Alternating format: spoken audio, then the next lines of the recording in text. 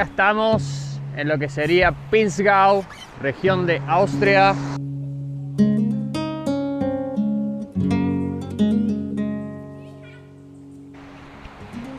Tenemos un río acá, preciosa naturaleza.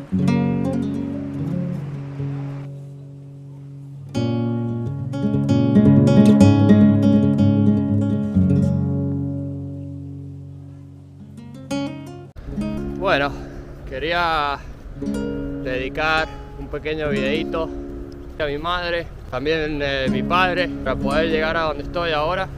Mi abuela Yolanda, que tuvo muchísimo impacto en mis valores, en mi forma de ver el mundo. Eso me ha permitido hacer más de 2000 kilómetros en bicicleta, este increíble viaje.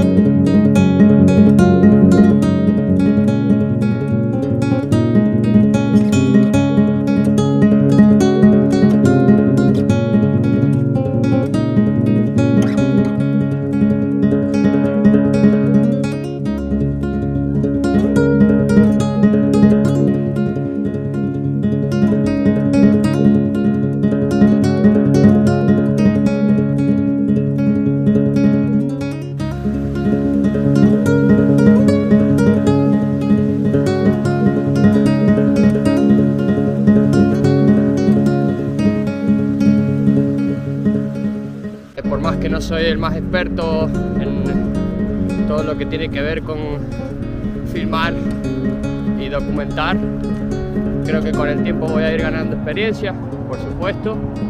Agradecerles también a mis hermanos que me han apoyado tanto, mis amigos, me han dado muchísimo apoyo, han hecho posible este viaje y todos mis viajes.